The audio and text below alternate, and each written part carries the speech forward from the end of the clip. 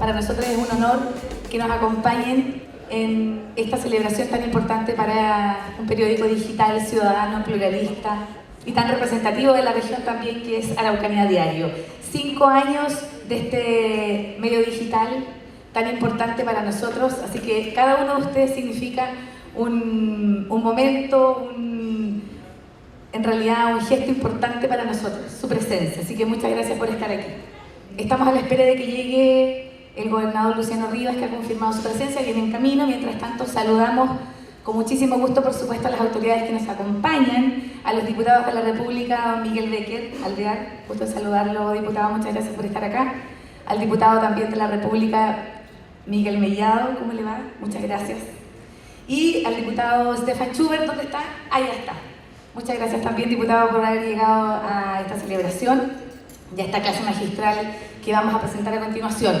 Por supuesto, saludamos también a los consejeros regionales que nos acompañan esta tarde. Está Genoveva Sepúlveda. ¿Dónde está, señora Genoveva? ¿Cómo le va? Bienvenida, pues. Gracias por acompañarnos también. Marcelo Carrasco. Ahí está, ¿ves? Muchas gracias, Marcelo, por estar también con nosotros esta tarde. Por supuesto, también saludamos a la concejala de Temuco, Claudia Peñalillo, que nos acompaña en esta oportunidad, y a don Juan Aceitón, concejal también de la Comunidad de Temuco. Bienvenido, Juan. En esta tarde vamos a tener el placer de escuchar una clase magistral de la abogada y profesora de Derecho Alicia de la Cruz. Les doy el pase al editor general de este periódico digital de Araucanía Diario, Ricardo Barría, para que los salude también. Muchísimas gracias.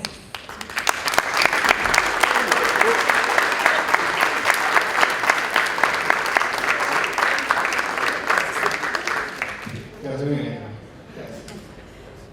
Bueno, la verdad es que darle las gracias por acompañarnos hoy día, un momento muy especial para nosotros cumplir 5 años.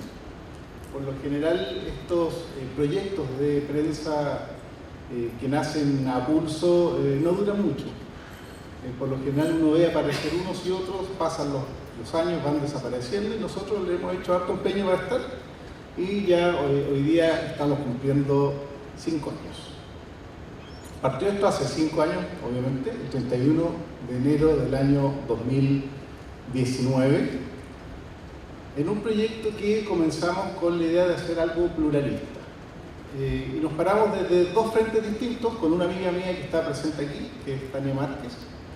Yo siempre la molestaba diciéndole que ella era comunista y ella me decía que yo era facho. Esa era más o menos la idea, porque nos parábamos sinceramente desde donde nosotros veíamos el tema político, y así comenzamos a hacer diario y comenzamos a posicionarnos respecto a temas ciudadanos, a posicionarnos respecto a temas regionalistas con mucha fuerza, y también dentro de lo político sin ningún susto, y haciendo en definitiva lo que nos gustaba más, que era escribir y reportear. Pasaron los años, seguimos trabajando, incorporamos lo que es tecnología de redes sociales. Hoy día Facebook es uno de nuestros grandes aliados, y comenzó a trabajar con nosotros quien acaba de recibirlos, Mónica Jara, todas las mañanas conversando con la gente a través de entrevistas por video en vivo, llevándole a la gente de muchos lugares del país y del mundo lo que está sucediendo en la región de la Araucanía. Les voy a contar un poco cómo va hoy día Araucanía Diario, en cifras, porque a mí me gustan los números, y la Javi me va a ir ayudando avanzando. Bueno, por supuesto, quienes más nos ven y nos leen son los chilenos, pero también nos leen muchos de Estados Unidos, de Argentina, México, España, Colombia, Suiza, Suecia, Perú, Irlanda, Brasil y un sinnúmero de otros países alrededor del mundo. En azul está todo donde a nosotros nos ven, está de Rusia, ¿ya? De África también hay países donde nos están leyendo. Me imagino que eso de que hay un chileno en cada lugar del mundo es tan cierto como lo que se puede ver en este mapa. Ahí está de nuevo en cifras, pero ya en la última semana, de la gente que nos estuvo viendo desde distintos países del mundo. Si yo lo veo hoy día, cuando hice esta última imagen, teníamos 36 usuarios en ese minuto, y en ese minuto teníamos alguien de Nueva Zelanda y gente de distintos lugares de Chile. Y desde Chile lo más probable es que se van a llevar una sorpresa, pero desde la región de la Araucanía no es el lugar desde donde más nos ven, ¿ya? sino que desde Santiago. ¿Ya? Nuestra mayor cantidad de público que ve lo que pasa en la región de la Araucanía es de Santiago. Luego viene la gente de Temuco, Concepción, Viña del Mar, Antofagasta, Puerto Montt, Los Ángeles, Victoria, Talca, por ciudades. Entonces, lo que está pasando aquí es que gente de Temuco, probablemente, o de la región de la Araucanía, que se fue a vivir a Santiago por distintos motivos, ven lo que pasa en la región de la Araucanía a través de lo que escribimos nosotros en la Araucanía Diario. Ahora, si vemos quiénes son las que más leen Araucanía Diario, son las mujeres, ¿ya? Y esos son los rangos etarios aproximadamente, donde de 45 a 54, 55 a 61 y así son los grupos donde están más presentes leyéndonos a diario. Esto gracias a las métricas que elabora Analytics, Google Analytics. Y si uno quisiera saber, por ejemplo, desde dónde se conectan, yo les puedo decir que ese gran porcentaje, 73%, desde un teléfono Android, luego de mucho menos, ¿cierto?, desde iPhone, y después llevamos desde los computadores. Ahora, llevamos trabajando 5 años, mi hijo me acaba de corregir que me equivoqué, era 2024, pero la presentación la hice yo. La verdad es que no somos muchos los que trabajamos, somos 5 personas las que estamos en Araucanía Diario, Mónica y yo, por supuesto, nuestra community manager que tuvo un problema, Juliana, que está en Estados Unidos, y algunas otras personas más que nos van colaborando. Y les quiero contar un poco cómo ha ido posicionándose lo que es Facebook, para nosotros un gran canal, y ahí está Mónica en las mañanas, en la Feria Pinto, que le encanta ir, ¿cierto? Viendo cuánto cuesta la sandía, los limones, conversando con la gente, y al lado se puede ir viendo más o menos cuánta gente o cuántas personas interactúan con nosotros, cuántos ven nuestras publicaciones, que son siempre o por lo general en vivo. El ejército, por supuesto, siempre un gran público cautivo nuestro, nos ha llevado a darnos cuenta de que en la región de la Araucanía hay una gran cantidad de personas relacionadas a las Fuerzas Armadas. Cada vez que nosotros cubrimos un desfile, cada vez que cubrimos el saludo a la bandera, o cuando los niños van y entran al servicio militar, la verdad es que son miles las personas que interactúan con nosotros sabiendo qué es lo que está pasando en el ejército, cómo están sucediendo las cosas del ejército. Por supuesto, el Ironman, este año fuimos el único medio regional que cubrió el Ironman. Lamentablemente los otros medios ya no fueron, y lamentablemente también nos tocó el año pasado, Mónica, creo, cubrir cuando falleció uno de los corredores que falleció ahogado en la carrera del Ironman. ¿Fue el año antepasado? El año antepasado.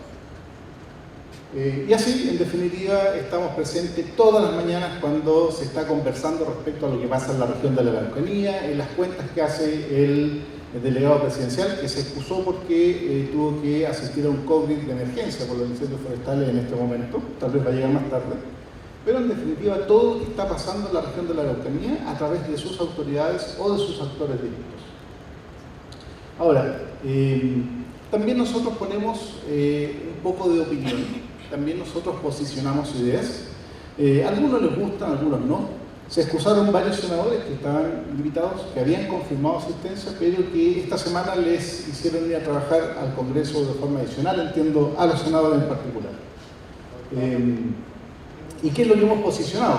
Ideas como, por ejemplo, ideas que nacen desde nuestra región de la Araucanía para buscar la paz. Ahí a la gente a veces no le gusta, a otros sí, eso genera discusión. Y sin embargo, hoy día ya se ha posicionado bastante, no solo en el mundo político, sino que también en el gobierno, que efectivamente hay que buscar vías de conversar para llegar a la tan anhelada paz que queremos en la región de la Araucanía. Lo mismo, por ejemplo, con los peajes de Freire a Villarrica, ¿ya? El gobernador que está presente aquí hizo una consulta tiempo atrás, la gente rechazó que les tuvieran que cobrar peaje para poder ir a Villarrica, a Freire o moverse entre medio. Y hoy día ya se está posicionando la idea de Villarrica sin peaje. Y esta es la que más me gusta, esto es de Navidad, porque a mi amiga Mónica, algunos periodistas le comentaron y dijeron, ¿qué es lo que pasa? Araucanía Diario es de izquierda y está al lado de los mapuches. Y la verdad es que da lo mismo. Lo que nos interesa a nosotros es que exista esta discusión. Tenemos, por supuesto, nuestras posiciones políticas bien claras, pero cuando a uno le empiezan a cuestionar lo que está haciendo, en realidad es que lo está haciendo bien. Y eso es lo que a nosotros nos encanta. Bueno, no hemos tenido susto en hablar y posicionar de cosas, en particular las vacunas COVID. Esto nos trajo algunos problemas con el gobierno, por supuesto, porque el presidente Piñera, antes de dejar su gobierno, dejó un decreto donde reconocía que las vacunas del COVID podían causar miocarditis y peromiocarditis. Y teníamos gente denunciando que habían sucedido cosas. De la misma manera, el tema de WIT Araucanía. La gente de Lautaro estaba muy complicada con la instalación de una planta para quemar basura dentro del radio urbano de nuestra ciudad. Nosotros entramos a trabajar y a apoyar a la gente de Lautaro probablemente en el año 2019. Y todo se fue traduciendo en el primer rechazo que tuvo, luego que pasó al comité de ministros, ¿cierto? Antes del comité de ministros estaba aquí Raúl Alar. Ellos rechazaron en el COEVA, ¿cierto? La primera parte de esta autorización de una planta que para muchos era nociva y donde efectivamente Araucanía Diario se empezó a transformar también un poco en ambientalista, porque efectivamente hay un tema y hay un legado que hay que defender para nuestros hijos y nuestros nietos, y en eso hemos estado muy fuertes también nosotros. Finalmente, y luego del comité de ministros, nosotros logramos que, nosotros, la comunidad, la prensa, también la gente de la RADA, que son unos líderes, son estratégicamente socios de muchos de nosotros como medios de comunicación, logramos el rechazo. Perdón, y me adelanté un poco, y aquí es también un tema que denunciamos nosotros en exclusivo, que fue cuando un funcionario del SAC liberó para unos perros de caza, ¿cierto?, un zorro pulpeo creo que era, una especie en protección, en peligro, donde a través de un video lo denunciamos, mostramos y finalmente estamos a la espera de que se concrete esta querella en contra del funcionario del SAC, que entiendo lo desvincularon, y en contra de un extranjero, que era el que manejaba un coto de caza y donde entrenaba a los perros para que cazaran zorros y otros animalitos.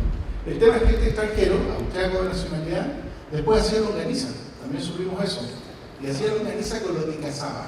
Entonces quedó un gran signo de interrogación. No quisimos publicar el nombre de la carnicería donde se vendían estas longanizas después en Villarrica, ¿ya? Pero efectivamente eso es lo que estaba pasando en esa oportunidad.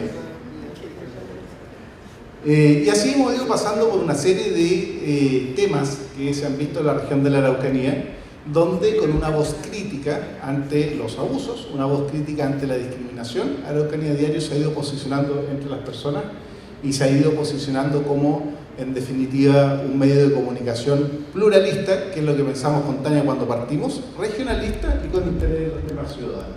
Y este es nuestro último hito o nuestra última conquista. Pasamos a ser parte de la Sociedad Interamericana de la Prensa. Postulamos hace un año aproximadamente y a fines de octubre finalmente nos aceptaron como parte de esta red internacional que defiende la libertad de prensa, que es a lo que nosotros también estamos abocados, tanto en la región de la Araucanía como en el país. Y hay temas bastante en boga hoy día, hay temas con la Contraloría, hay temas con los gobiernos regionales, hay temas entre los públicos y los privados, ¿ya? Y en esta relación entre lo público y lo privado, en el último tiempo se vino gestando un conflicto donde al parecer lo público avanzó y los privados quedamos adentro de lo público sin ser públicos. Por lo mismo, nosotros quisimos invitar a la señora Alicia de la Cruz, que está con nosotros hoy día y a quien voy a presentar, que nos va a dar una clase magistral respecto a la relación con la Contraloría en realidad y al poder de la Contraloría, con una tremenda experiencia. Es profesora en Derecho Administrativo, es doctora en Derecho, también es periodista, ¿ah? Eso es bastante encachado para nosotros, porque somos de las comunicaciones.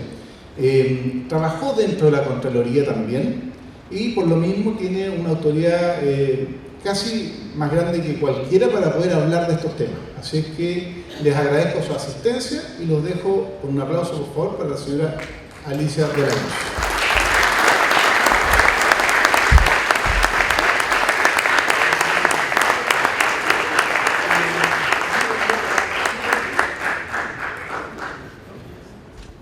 Bueno, muy buenas tardes. Esto así de clase magistral me pone un poco nerviosa porque no... Dejémoslo en clase mejor, porque si no puede sonar como muy grandilocuente. Bueno, me acojo cualquier vocativo, así que los saludo a todos por igual, autoridades y no autoridades, Estoy sorprendida con la convocatoria, muy bien, muy agradecida por la invitación y por supuesto mis mejores deseos a Araucanía Diario por estos 5 años de vida y que seguramente, o sea, no tengo ninguna duda que además frente a esta exposición que acabo de ver, o sea, que continuarán. Además, como abogado y periodista, me siento sumamente cómoda celebrando un aniversario más de un medio de comunicación. Los medios de comunicación son fundamentales, son pieza clave en el control social, que es un poco lo que vamos a tocar ahora, y mientras más medios de comunicación y mientras más pluralista sea, tanto mejor. Vale la pena, ¿no es cierto?, tener en cuenta que cualquiera de las definiciones de justicia existentes apuntan a una legitimidad moral para la rebeldía y para la rebelión, para el incumplimiento de la normativa vigente. Dicho de otro modo, para la ruptura del pacto social que es el Estado de Derecho. Es decir, cada vez que vemos, ¿no es cierto?, que queremos invocar la revolución, ¿no es cierto?, va a ser la injusticia aquello que vamos a resaltar. Entonces, si nosotros vemos desde Cicerón, pasando por Ulpiano, Aristóteles, Santo Tomás o Rawls, la justicia se expresa más o menos en dar a cada cual lo suyo, ¿no es cierto?, en la proporción que corresponda.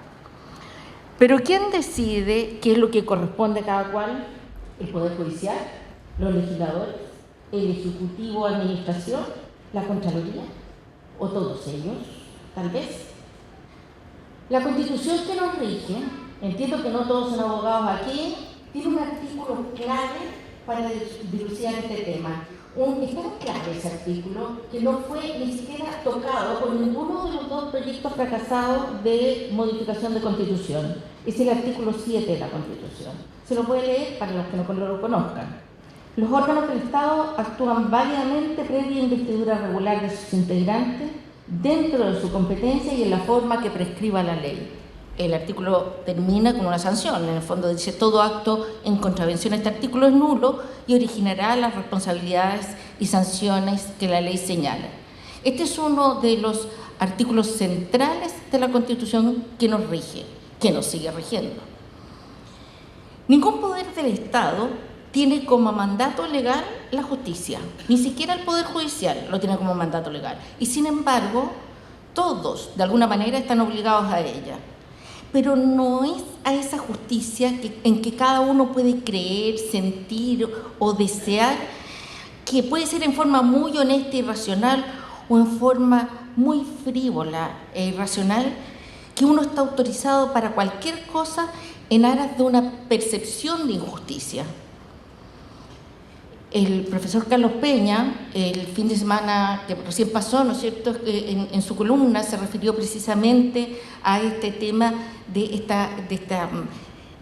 esta frivolidad que de repente acompaña a la justicia. La justicia que nos obliga a todos es aquella que como sociedad hemos acordado y que se expresa esencialmente en la Constitución y la ley, al menos mientras el acuerdo, el pacto social persista. Por eso, cuando se presenta un conflicto a los tribunales, estos están obligados por la Constitución a resolverlos primero siempre conforme a la ley, o sea, aplicando la ley, y aún sin ella, de ser necesario, dice el artículo 76 de la Constitución, pero siempre conforme a la Constitución y a la ley, no contra la Constitución y la ley. Toda magistratura, dice la Constitución, y cuando dice magistratura, estamos desglosando el artículo 7, toda magistratura abarca a jueces y a todas las autoridades. Toda persona o grupo de personas solo pueden actuar de acuerdo con las potestades o atribuciones legales y en la forma que la ley señala. Los colegisladores, dícese presidente de la República y parlamentarios, aquí tenemos algunos, ¿no es cierto?, legislan porque tienen la representación para ello. El Poder Judicial resuelve conflictos entre partes y por eso ni el Congreso ni el presidente pueden intervenir en esa potestad. Las potestades son definidas por ley. Las potestades no son voluntarias, son poderes-deberes. Si alguien tiene una potestad, debe ejercerla. Por eso la Constitución es terminante. Nadie puede saltarse las potestades. ni aún a pretexto de circunstancias extraordinarias, o sea, ni aunque esté quedando la escoba. Pero la tentación siempre está. Los tribunales, más bien dicho, los jueces, más personificándolos, o algunos jueces, quieren hacer justicia inventando soluciones bien creativas y ciertamente complejas de acuerdo a la legislación vigente.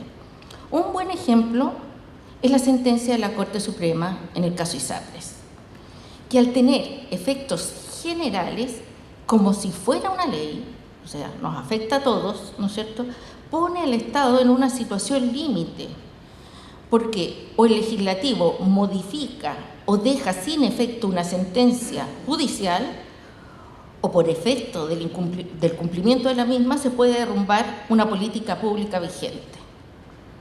Esa es una discusión que está vigente en este momento. Es cierto que el sistema de salud no funciona como debería funcionar, estamos todos claros en eso. Pero la pregunta es la Corte la llamada a provocar el cambio? No me malentiendan. Hay situaciones límite en que la ley parece contraria a los derechos fundamentales y a cualquier derecho. Pero el derecho tiene soluciones para eso también, como por ejemplo acudir al Tribunal Constitucional. Otro tribunal que es bastante creativo, pero tiene la excusa de ser político al menos, ¿no es cierto? Otras veces no hay ley, en cuyo caso la sentencia deberá argumentar en base a principios o equidad. Pero porque no hay ley, no porque no les gusta la ley.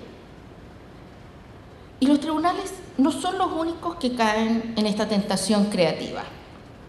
Los colegisladores, fíjense quienes legislan, ¿no es cierto?, han caído hoy en día en una especie de sobreexplicación legislativa.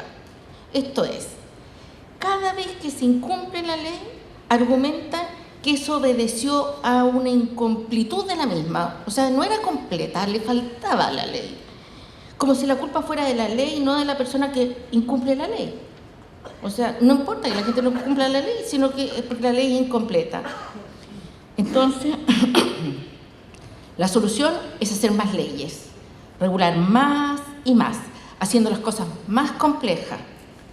Y la verdad de las cosas es que mientras más complejas se hagan las cosas, es un incentivo mayor para vulnerar la ley. Porque mientras más regulación existe, mayor es el ingenio para poder saltarse las regulaciones. Echa la norma, echa la trampa.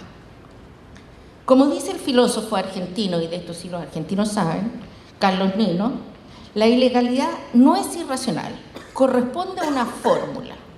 El costo de no cumplir con la ley es inferior a los beneficios esperados a partir de ese incumplimiento. Una fórmula como clara. Si me cuesta menos cumplirla, no la cumplo, ¿no es cierto? Y lo mismo vale para cualquier tipo de regulación, incluida la jurisprudencia. La Contraloría General de la República, les quiero explicar, yo la puedo criticar, pero la adoro, no está ajena a esta situación. Y la verdad que en el caso de la Contraloría, su jurisprudencia tiene efectos generales más graves que los de la Corte y por lo tanto más complicados, partiendo por el hecho de que se trata de una institución sumamente poderosa, porque concentra distintos tipos de potestades. La mayoría de las entidades de fiscalización superior en el mundo o son tribunales de cuentas, o hacen auditoría, o son consultivos. O sea, podríamos aplicar aquí la potestad determinante, ¿no es cierto? Ninguna entidad de fiscalización superior en el mundo tiene el control de legalidad preventivo, que es la toma de razón. Esto es, cada acto administrativo afecta a la toma de razón, ¿no es cierto?, tiene que contrastarse, la Contraloría lo contrasta con la legalidad y decide si es legal o no preventivamente. Les advierto que esto es sumamente importante. Yo viví en España, no sé si alguno de ustedes ha vivido allá. En España hay aeropuertos en los cuales nunca aterriza un avión, hay carreteras en las cuales nunca ha pasado un auto. Eso no ocurre acá. Y en buena medida es por la toma de razón. Entonces, y es poderosa no solo por sus potestades legales, sino por su prestigio, por lo que los romanos llamaban autoritas, que era lo que tenía el Senado en la República Romana, ¿no es cierto?, en contraposición a la potestas o imperio, que era lo que tenían los cónsules, o sea, que podían mover los ejércitos, ¿verdad? porque la Contraloría no tiene imperio, no tiene la fuerza, no puede pedir la fuerza pública para que se vayan a cumplir sus decisiones, a diferencia de lo que ocurre, por ejemplo, con la Corte Suprema o con los tribunales en general. Y por eso, para entender un poco, ¿no es cierto?, la importancia de la Contraloría General de la República de Chile, es necesario revisar algunos otros factores, además de la ley. El primero de ellos dice relación con su creación, y yo lo llamo el factor Carlos Ibáñez del Campo. ¿Ya? Porque este no solo cogió la propuesta de la misión Kemmerer que propuso su creación, sino que la hizo más poderosa de lo sugerido. La misión Kemmerer, para los que no sepan, fue una misión americana, ¿no es cierto?, que se llamaron los Money Doctors, o sea, los doctores de la finanza o del dinero, digamos, que vinieron a Chile, o sea, a toda Latinoamérica, proponiendo sistemas de control financiero. ¿Ya? ¿Qué es lo que hizo Carlos Ibáñez del Campo? Además de hacerla más poderosa en un montón de sentidos, concentró una serie de potestades que habían ido desapareciendo en la historia de Chile, que venían desde la Real Audiencia, pasando por el Consejo de Estado, y el importante Tribunal de Cuentas que existió. Y la importancia del Tribunal de Cuentas, que fue antecesor de la Contraloría, fíjese, se entiende en una anécdota que cuenta el historiador Julio Grisi, que se las voy a leer mejor. Me estoy citando a mí misma, porque es mi libro, después les digo para que lo compren.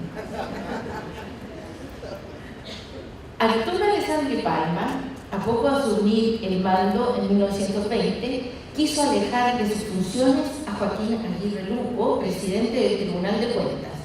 Para este efecto, lo hizo llamar a su despacho manifestándole que no contaba con su confianza. El presidente del organismo contralor no renunció al cargo y se limitó a expresar que el presidente tampoco contaba con la suya. Después de ese incidente, Joaquín Aguirre Lugo, con gran interés y rectitud, continuó su misión fiscalizadora. Esto le pasó algo parecido a mi ex jefe Ramiro Mendoza con el presidente Piñera. Le dijo, ¿quién controla? El presidente Piñera le dijo a Ramiro, ¿quién controla la Contraloría? Y Ramiro le dijo, usted no. O sea, ahora, la Contraloría se crea en 1927, ¿no es cierto?, a través del decreto con fuerza de ley 400 bis. Su expresión de motivo es significativa. Nuevamente prefiero irme al texto mío, ¿ya?, pero del texto del 400 bis, ¿ya? Bueno, no se preocupe, no lo voy a leer entero. Fíjense ustedes, porque es bien significativo por qué se hizo la Contraloría y qué es lo que decía ese texto. Que la desorganización que existe en la fiscalización de los ingresos nacionales y en la inversión de los dineros fiscales ha producido una situación que ha causado verdadera alarma pública por los desgraciados y pavorosos sucesos y defraudaciones en la recaudación e inversión de los fondos públicos descubiertas en los diversos servicios. Que esto proviene de la falta de cumplimiento de las leyes y disposiciones administrativas que reglan la percepción de las rentas y correcta aplicación de ellas a los gastos nacionales. ¿No les recuerda nada a ustedes?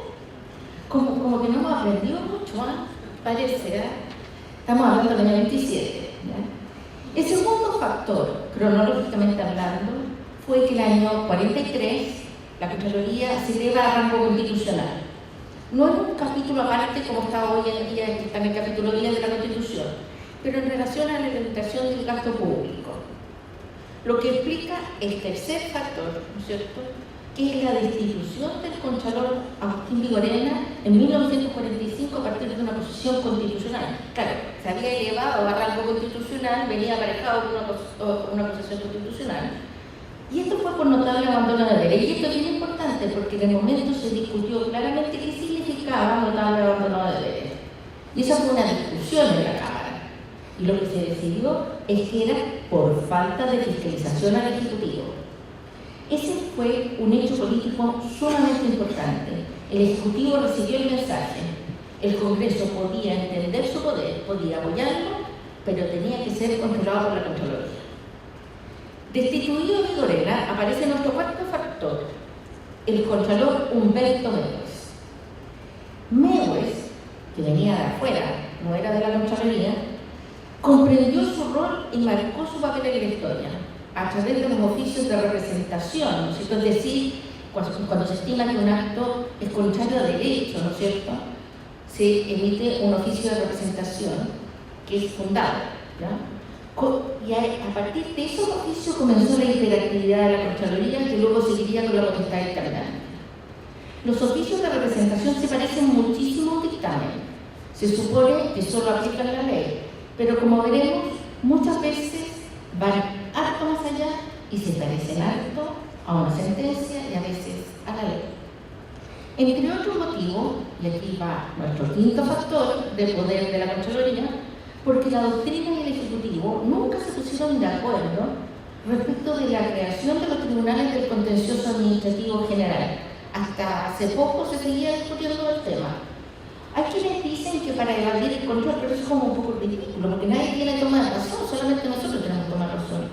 Otros dicen que por falta de financiamiento, pero en el camino se crearon los tribunales penales, los de familia, se modificaron los laborales, así que parece que falta de plata no era. La verdad es que la Contraloría estaba haciendo la pega. Y como la estaba haciendo y la estaba haciendo bien, ¿no es cierto?, no hubo nunca urgencia por crearlo. Y no existió. En el primer proyecto de reforma constitucional se contenía el Tribunal del Contencioso Administrativo y se rechazó. Pero la Contraloría no es tribunal, y mucho menos legislador. Ni siquiera es titular de la potestad reglamentaria que permite dictar reglamentos con efectos generales, como se puede hacer el presidente de la República. Como ya dije, la hiperactividad de la Contraloría comenzó en los años 50 con el Contralor Humberto Mehuel, que no solo se enfrentó al Ejecutivo, sino también al Poder Judicial. Me demoraría mucho yo contándole las anécdotas de Mehuel, pero son muy divertidas algunas, o sea, porque tenía una personalidad brutal. La verdad, desde entonces la potestad dictaminante se fue haciendo cada vez más importante, pese a que, como vimos en el decreto 400, DFL 400 bis, en realidad nace por ordenar la casa, las finanzas públicas, y eso se hace esencialmente a través de auditorías.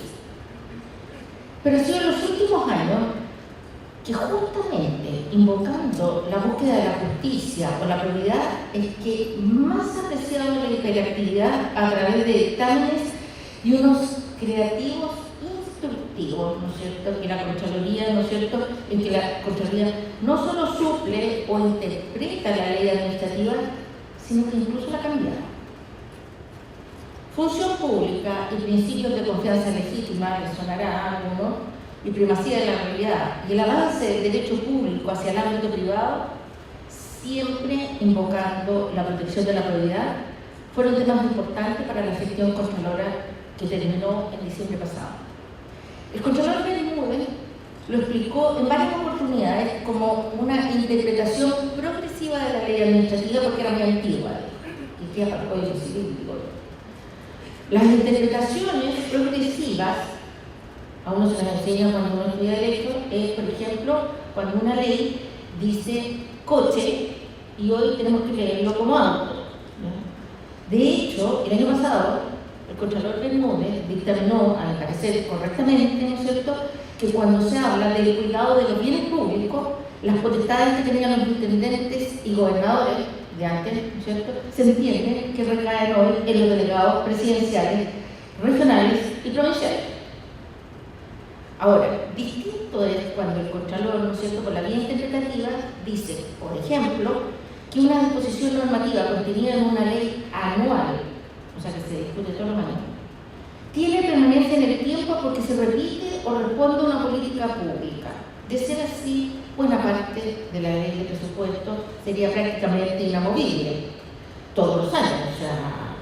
Ahora, ¿cómo era esto? Se los explico un poco mejor para que lo entiendan. La ley de la Contraloría, la 10.336, que es la ley de la Contraloría, dice que ésta solo fiscalizará la correcta inversión de los fondos públicos que provengan de leyes permanentes. El Contralor, refiriéndose a programas de educación superior en la ley de presupuesto, por esencia una ley que no es permanente, por repetirse o obedecer una política pública debía entenderse como permanente, o sea, cambió el significado.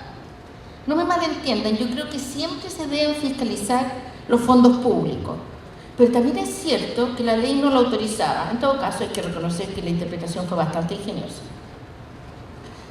Pero sin duda, lo más creativo en la gestión contralora pasada fueron los instructivos de contratas y honorarios, invocando un principio, el de confianza legítima, desconocido para la función pública chilena y que ciertamente no está en ninguna ley. Rigidizó el empleo a contrata al impedir la cesación de las mismas tras 2 renovaciones, buscando una suerte de justicia con los funcionarios, ¿no es cierto?, que llevaban tiempo en sus cargos. Algo así como, por la vía del dictamen, los voy a pasar de contrata a planta o los voy a transformar así como 1, 2, 3 en planta.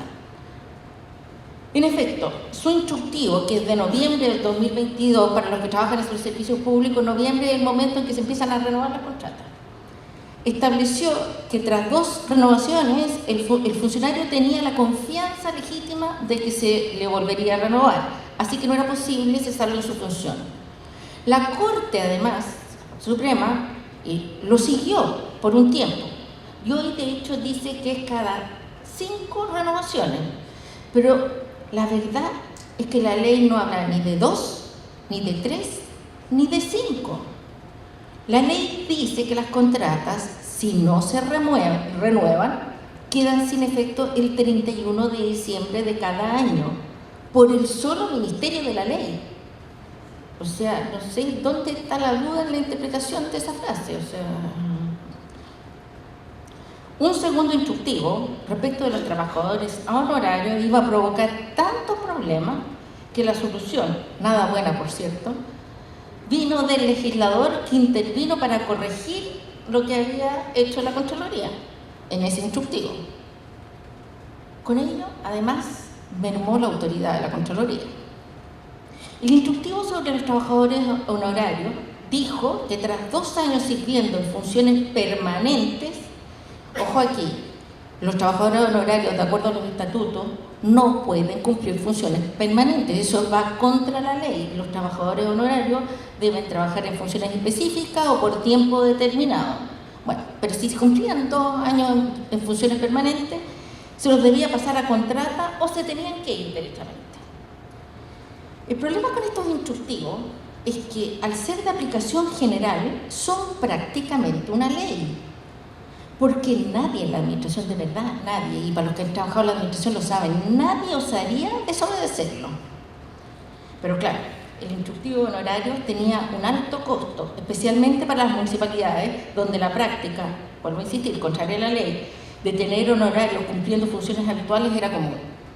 Y claro, los alcaldes recurrieron a sus socios políticos en el Congreso, que les solucionaron el problema, autorizando los honorarios en las leyes de presupuesto y reajuste, pero se les olvidó poner los límites de los estatutos. O sea, ahora sí límite. La verdad fue tan malo el remedio como la enfermedad. La situación resultante, tanto en contratos como honorarios, rigidiza la función pública, provocando un serio problema para la modernización del Estado en un aspecto crucial como es el empleo público.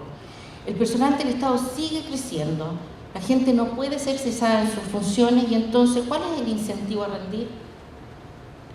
En fin, han sido también creativos una serie de dictámenes que aplican la legislación pública a las corporaciones de derecho privado, partiendo por la CONAF, siguiendo por las corporaciones municipales y así, tanto respecto a las inhabilidades como a los procedimientos.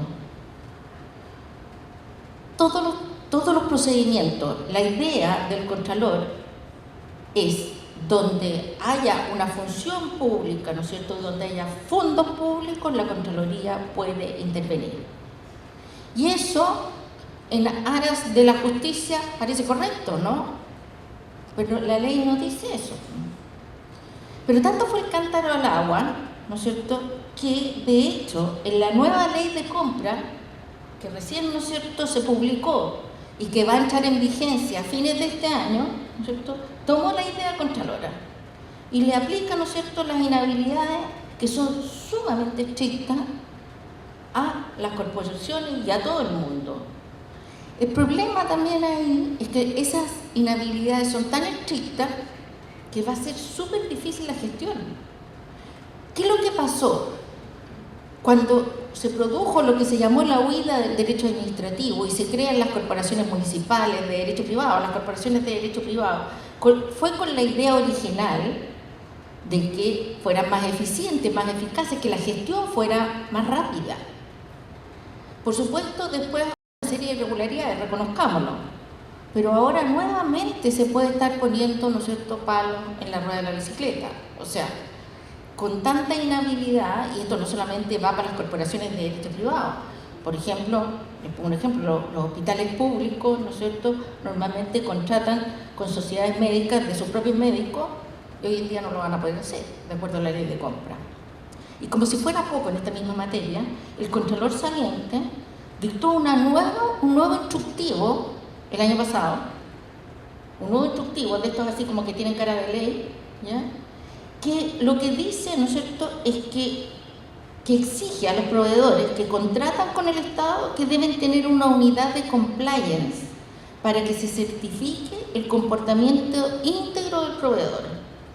Ingenioso, costoso y creativo, porque ni siquiera la nueva ley, que es tan estricta, lo contiene. Y todo esto puede sonar anecdótico, pero no lo es. Nuestro Estado de Derecho se basa en el respeto a la ley y, por supuesto, las autoridades son las primeras obligadas.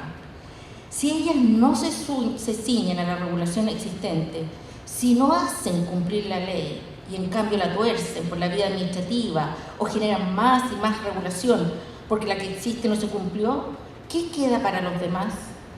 En la función pública, y yo he trabajado muchísimo en la administración del Estado, me ha tocado jefatura en varios ministerios, y uno dice, el funcionario público, buenos funcionarios públicos, que miran al lado y dicen, ¿y si este no trabaja y no le pasa nada? ¿Por qué voy a trabajar yo? No se trata de llenarnos de legislación, y ustedes aquí en la Araucanía lo saben perfectamente bien, los pueden llenar de leyes, pero no es solo leyes lo que necesitan. Tampoco se trata de torcer la regulación porque el que toma la decisión aprecia o estima que hay una situación de injusticia.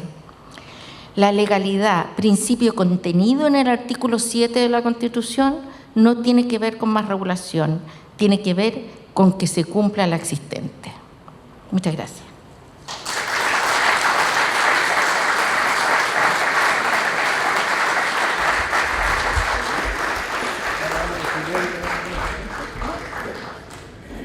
Muy interesante lo que nos plantea, porque efectivamente estamos en una revolución, tenemos una nueva Contralora que está por un periodo, no sabemos si va a continuar, y claramente es una entidad muy relevante para lo que viene en nuestro país. Me llamó la atención lo que usted dijo respecto al fallo de la Corte Suprema, y la pregunta es, porque desconozco si en la práctica alguien intentó alguna nulidad de derecho público o algún tipo de nulidad respecto a ese fallo desde la tercera sala de Izarri, porque efectivamente legisla y lo hace de aplicación general, y ese es un gran problema, y eso abre además una puerta para que luego lo siga haciendo, y están todos como viendo qué hacer y cómo cumplir un fallo donde no estaban todos convocados, notificados, emplazados, ni se defendieron, pero sí se ven afectados por la sentencia. Entonces es muy grave, pero como que de alguna forma ocurrió y como que pasó, y ahora están viendo cómo hacerlo cumplir. ¿Alguien intentó alguna nulidad o de alguna forma frenar y hacer que esa sentencia sea de aplicación estricta para aquellos que son parte de esa causa? ¿Y qué posibilidad le da a usted si es que eso alguien lo intentara? Muchas gracias. Bien compleja la pregunta, porque la verdad quiero decir lo que debe ser lo que es.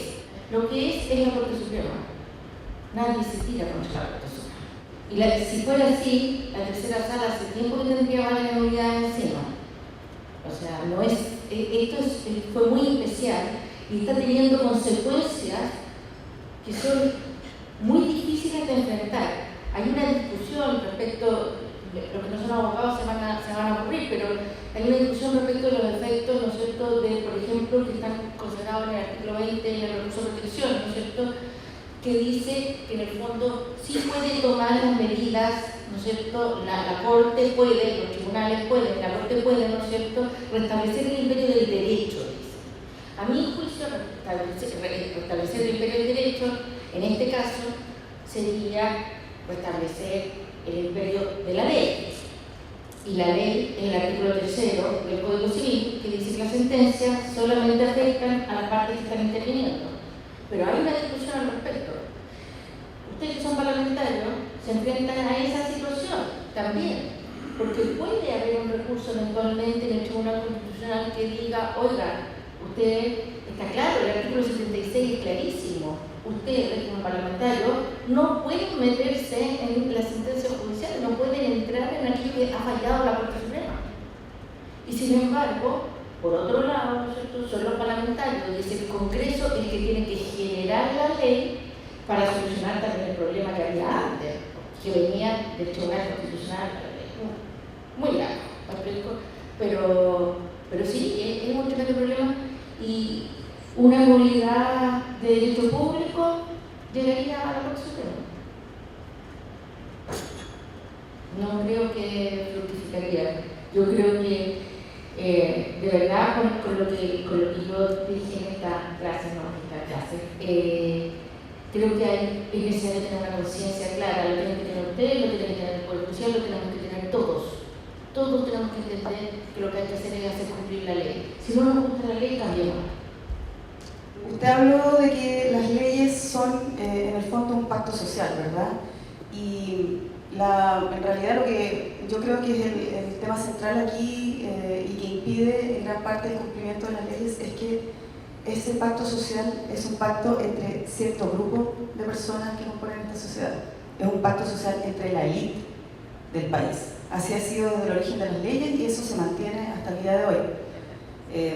Los legisladores son un grupo muy reducido, nuestra democracia es sumamente limitada, es bastante antidemocrática, diría yo, es endógama además, y por lo tanto es muy difícil que la totalidad de la población la cumpla, porque la verdad es que lo que se intenta proteger allí no son principios que compartimos todas y todos, ni tampoco está en función de la necesidad de todas y todos, sino que de proteger más bien a ciertos sectores que son los que hacen las leyes.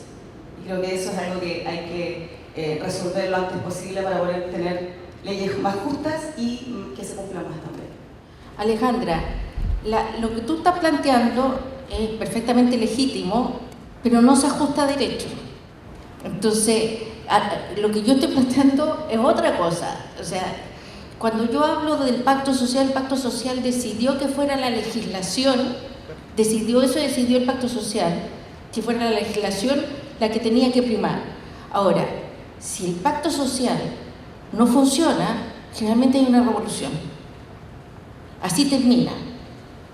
Pero hasta ahora yo no he visto una revolución. Entonces, mientras exista este pacto social, mientras el pacto social no se rompa, no podemos estar haciéndole hoyo a la institucionalidad.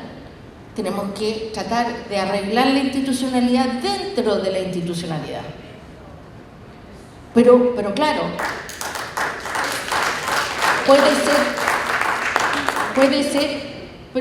ser, o sea, lo que te vuelvo a decir es completamente legítimo lo que tú dices, completamente legítimo, pero va por el costado del derecho, ¿me explico? Pero es importante. Primero felicitarte, Ricardo, por los 5 años y espero que pueda seguir empujando. Alicia, ¿cuál es tu opinión de la Contraloría en todo el proceso que se vivió con Democracia Viva, de que parcializaron para no pasar por la Contraloría, ¿cierto?, algunos recursos que eran más del mínimo?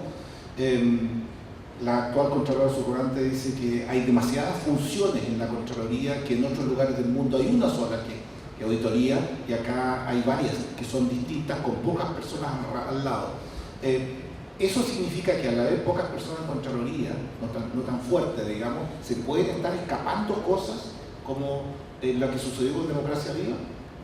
Yo no puedo opinar exactamente de lo que la Contraloría hizo o dejó de hacer respecto de lo que pasó con Democracia Viva.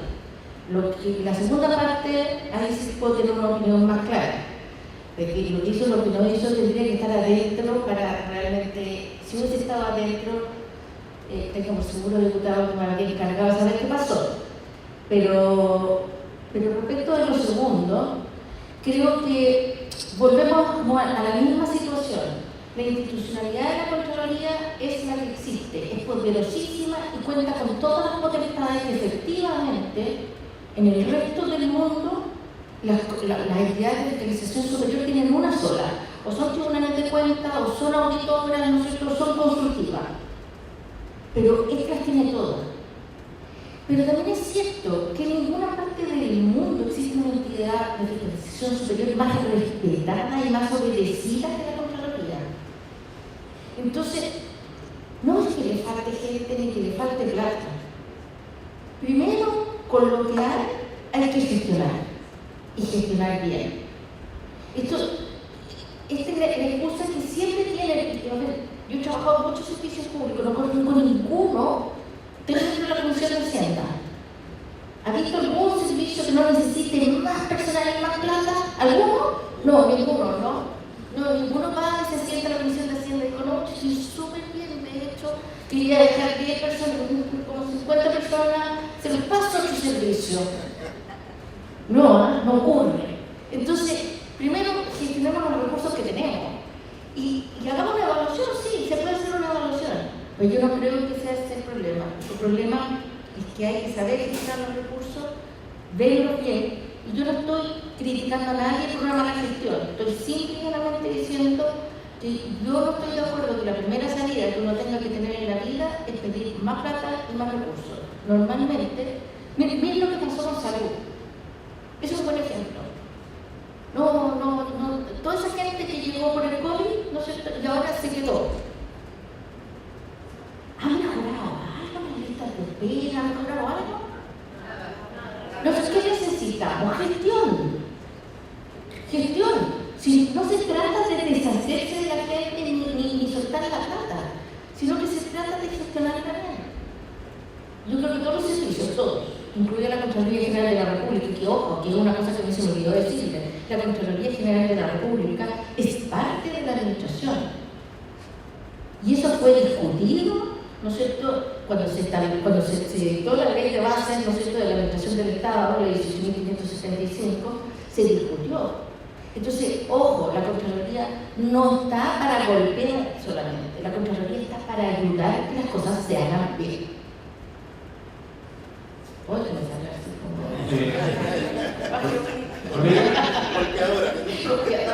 Colega, la pregunta es la siguiente. Dentro de su intervención, usted dijo que no había incentivo entre los empleados públicos, y eso redunda en lo que acaba de decir, que es gestión. Y la gestión, del 80%, 90%, quizás el 100%, pasa por la persona, necesariamente. Por lo tanto, ante esta problemática que se presenta, por esta especie de jurisprudencia que los tribunales hoy en día están tomando, ¿ya?, porque se va creando jurisprudencia, aunque no somos un país que se rige por jurisprudencia. En la actividad privada existen más alternativas de tipos de contratos, como un contrato de obra, por ejemplo, que empieza y termina al finalizar la obra. Quizás nos faltaría, y hay una labor legislativa, nos faltaría una mayor creatividad en los tipos de contratos que se hagan en la administración pública para incentivar, digamos, que las labores se hagan mientras duren los programas, porque yo entiendo que lo que nació con los servicios públicos, y especialmente los contratos honorarios, es que se hacen cargo de todos estos programas que se van creando año a año, ¿ya?, y por la rigidez de la planta, que por ley también modificarla es muy engorroso. Entonces, mi pregunta es, con su experiencia, ¿usted cree que deberían haber alternativas de tipo de contrato para estas situaciones que se están presentando cotidianamente y especialmente a final de cada año? Vuelvo a lo mismo. No creemos más cosas, no hagamos más regulación, hagamos que la regulación que existe se cumpla. La regulación de los honorarios era clara, lo que pasa es que no se cumplía.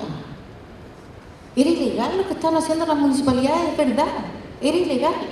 A ver, las municipalidades hace algunos años alegaban todo el tiempo, todos los alcaldes, no, que necesitamos una planta más grande, y de repente se dieron cuenta, pues, si podemos contratar honorarios. Y empezaron a llenarse de honorarios.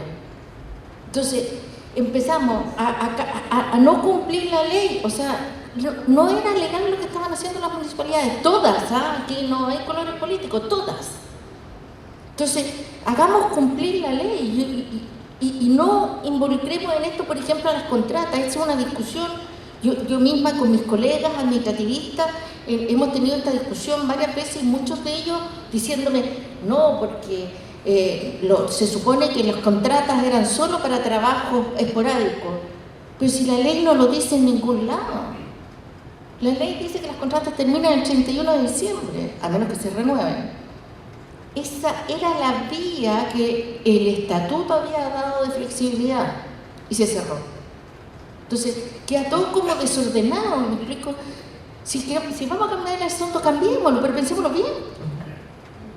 Yo creo que hay que hacer cumplir la ley, tener más y más contratos, o no me citen aquí, yo lo dije aquí y lo niego afuera. O sea, la solución es, en última instancia, que todos sean código de trabajo.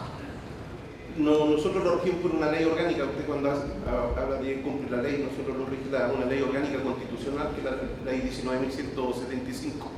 Para si a usted le llegara a su escritorio y un gobierno regional Llegara en mi escritorio en calidad de estamento fiscal como una unidad de control para generar jurisprudencia, porque la jurisprudencia en definitiva prácticamente pasan a ser una ley para los gobiernos regionales. ¿Qué pesa más para usted? ¿La circular de la directora de presupuesto o la norma constitucional que rige a los gobiernos regionales? Esa es la pregunta. La circular de la directora de presupuesto debería ser un complemento a la ley, allí donde la ley no ha especificado. La ley debe primar, y eso ha sido una mala costumbre últimamente. Vuelvo a insistir, cuando yo pensé en esta clase, la pensé en ese sentido. Es como que yo reconozco que estoy predicando en el desierto casi todo el tiempo, pero estoy predicando en el desierto por una cosa que es como evidente. Si ¿cómo es posible que pongamos, que es como pacto esta clase, que pongamos en riesgo el Estado de Derecho en aras de la justicia? ¿Cómo es eso? O sea, porque yo me sentí injustamente tratado, ¿incumplo la ley? Todos lo vamos a hacer entonces, ¿no? Porque todos en algún minuto nos sentimos injustamente tratados. Yo creo en el Estado de Derecho.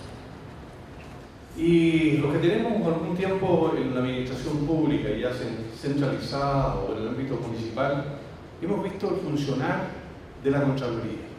La Contraloría era muy dura 30 años atrás. Hoy día tiene un pensamiento distinto. Es un acompañamiento que hace al funcionario público. Pero por la exposición que usted dice y algunas intervenciones que han ocurrido aquí, parece que faltaran funcionarios de la Contraloría para poder hacer una fiscalización directa. A pesar de que han avanzado mucho, aún todavía se puede hacer más. La pregunta que quiero hacerle yo, ¿usted ve que faltan funcionarios en la Contraloría para poder tener algunas funciones específicas para el Contral, ser un organismo fiscalizador y de acompañamiento? No lo sé, tiendo a pensar que no debería ser así. Y tiendo a pensar en eso porque, ojo aquí, se nos está olvidando una cuestión bien importante a todos los que estamos aquí. Oigan, existe la inteligencia artificial hoy en día. La mitad de la pega la puede hacer la inteligencia artificial. ¿Qué pasa si nosotros aplicamos la inteligencia artificial para detectar y para poner el foco en algunas cosas? ¿Por qué no usamos los medios que tenemos? Yo soy profesora de Derecho Administrativo y lo que más alego con mis alumnos es decirles, aprendan a pensar, que es lo único que les queda. Porque todo lo demás lo va a hacer la inteligencia artificial. Ustedes tienen que aprender a pensar para que le puedan hacer las preguntas correctas. Entonces, no sé, pero tiendo a pensar que primero tenemos que aplicar esa inteligencia, tenemos que aplicar, cuando digo aplicar gestión, digo todo eso, todas las herramientas que tenemos hoy en día. Y esas son muy importantes. No las teníamos antes, o sea, yo que soy de la época que no teníamos celular, que no teníamos internet, etc. Realmente, sí, pues, Entonces uno se acuerda y uno dice, bueno, cuando empezamos a aplicar tecnología, cuando empezamos a aplicar lo que hoy nos ofrece, afortunadamente la tecnología, usémoslo. Si el mundo le está yendo bien en eso. Yo lidero 2 organizaciones de padres apoderados y de familias que son Confepa y Con Mis Hijos No Te Metas. Y hemos ido en reiteradas oportunidades ante la Contraloría por vulneración de derechos fundamentales como el derecho preferente de los padres a educar a nuestros hijos bajo nuestras propias convicciones y la vulneración de la infancia y de la inocencia de nuestros niños en las escuelas específicamente. Estando en comisiones en el Congreso, hablando con diferentes ministros de Educación, nos vemos vulnerados en reiteradas oportunidades, como les digo, y sentimos que no somos escuchados y que la Contraloría no está haciendo la pega que nosotros quisiéramos que se hiciera. Y mi pregunta es, en mi ignorancia, prefiero pasar por ignorante, pero quiero hacer esta pregunta. Si la Contraloría no hace la pega, ¿a quién podemos recurrir los padres si esto va creciendo día a día? Estamos en época de vacaciones, pero ya estamos sabiendo de libros que van a entrar a los establecimientos educacionales, la educación pública destruida totalmente. El año 2015 se legisló la ley de inclusión porque se necesitaba fortalecer la educación pública y hoy la vemos tremendamente destruida por ideología, ¿no es cierto?, política y de género, en donde se ha sacado a los padres. Hemos ido, como le digo, a la Contraloría y no hemos sido escuchados. Así como nos está planteando, la Contraloría no tiene nada que ver. O sea, si usted realmente tiene una preocupación de esa naturaleza, que alguien puede estar de acuerdo, otro no, tiene que golpearle la puerta aquí, a los parlamentarios. Ahí es donde tiene que golpear la puerta. Y son vulnerables leyes y los mismos legislan. Y si siente que hay una vulneración de derechos y estima, existe un Ministerio Público. Pero realmente la Contraloría ahí no le corresponde entrar. No le corresponde. La Contraloría no legisla. No, si lo tengo claro. Claro, por eso es que le digo yo que nosotros estamos haciendo seguimiento a proyectos de ley. Existen, ¿no es cierto?, se usan recursos públicos en la educación pública, por ejemplo, se desvían recursos públicos en la escuela. Ahí debe operar la Contraloría. Ahí podría haber una fiscalización determinada y para eso existen canales de denuncia en la propia Contraloría y hoy en día hay una ley de denuncia que usted podría emplear y la propia Contraloría, además, dentro de la página web de la Contraloría tiene un canal de denuncia que funciona por lo menos mientras yo estuve, funcionaba relativamente bien y funcionaba precisamente con un respeto muy grande a la identidad de las personas. Las denuncias nunca pueden ser anónimas porque soy irresponsable, pero con reserva de identidad sí. Y es la única manera que hubiera una fiscalización determinada por un mal uso de recursos públicos, dentro de lo que me está diciendo. Pero yo creo que el problema que usted está planteando es ahí con los parlamentarios. Ahí estamos listos.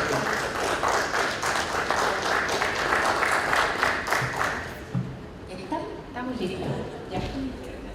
Bueno, esperamos que les haya gustado esta exposición, clase, con la gran Alicia de la Cruz. Muchísimas gracias por acompañarnos esta tarde.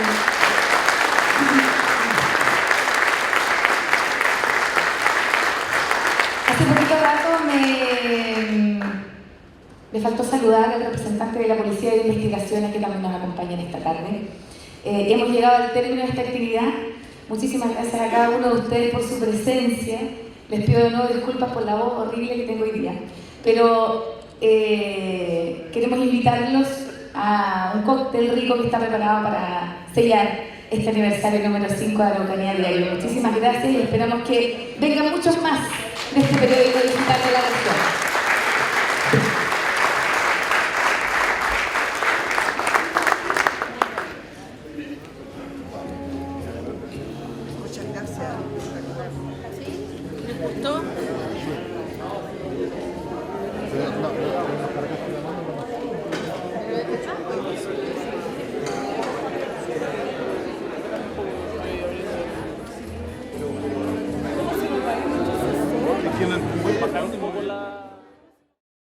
Contento de estar en este aniversario número 5 de un medio regional, lo relevante que son los medios regionales, que sean independientes, lo difícil que es hoy día tener un medio de comunicación y sobre todo un medio que es independiente, así que los felicito, les deseo que les siga yendo bien, que sigan creciendo, son un aporte a la ciudadanía, a la información, pero también a la democracia y el fortalecimiento de las instituciones, así que muy contento, hoy día tuvimos una celebración muy bonita, con una charla muy interesante y después con la oportunidad de compartir, así es que de verdad esta fiesta espero que se siga repitiendo a lo largo de los años, que cumplan muchos años más y que sigan aportando, creciendo, dando trabajo y por supuesto también aportando a la información y a la libertad de prensa y a la democracia en nuestra región. Así que muchas felicidades. Queremos saludar a Araucanía Diario, que partió algo pequeño, una idea, ¿cierto?, que tenía Ricardo hace mucho tiempo, que la plasmó en un medio de comunicación y que ahora es un referente a nivel regional, pero también a nivel nacional. Lo leen más en Santiago que en Temuco. Por lo tanto, la gente quiere efectivamente saber lo que está pasando en la Araucanía de buena fuente. Y han hecho un diario de buena fuente, de mejor letra, de buena escritura y de muy buena factura. Así que sigan adelante acompañándonos a todos nosotros que estamos ahí en el diario y que queremos que le vaya bien. Yo sé lo que es levantar un medio regional, lo que cuesta levantar un medio regional. Y lo que está haciendo Ricardo y todo su equipo es algo ejemplar, que yo espero que efectivamente tengan una larga vida, ¿cierto?, todas las personas que laboran en Araucanía Diario. Un abrazo cariñoso de este diputado y reconocimiento de lo que están haciendo. Quiero en primer lugar felicitar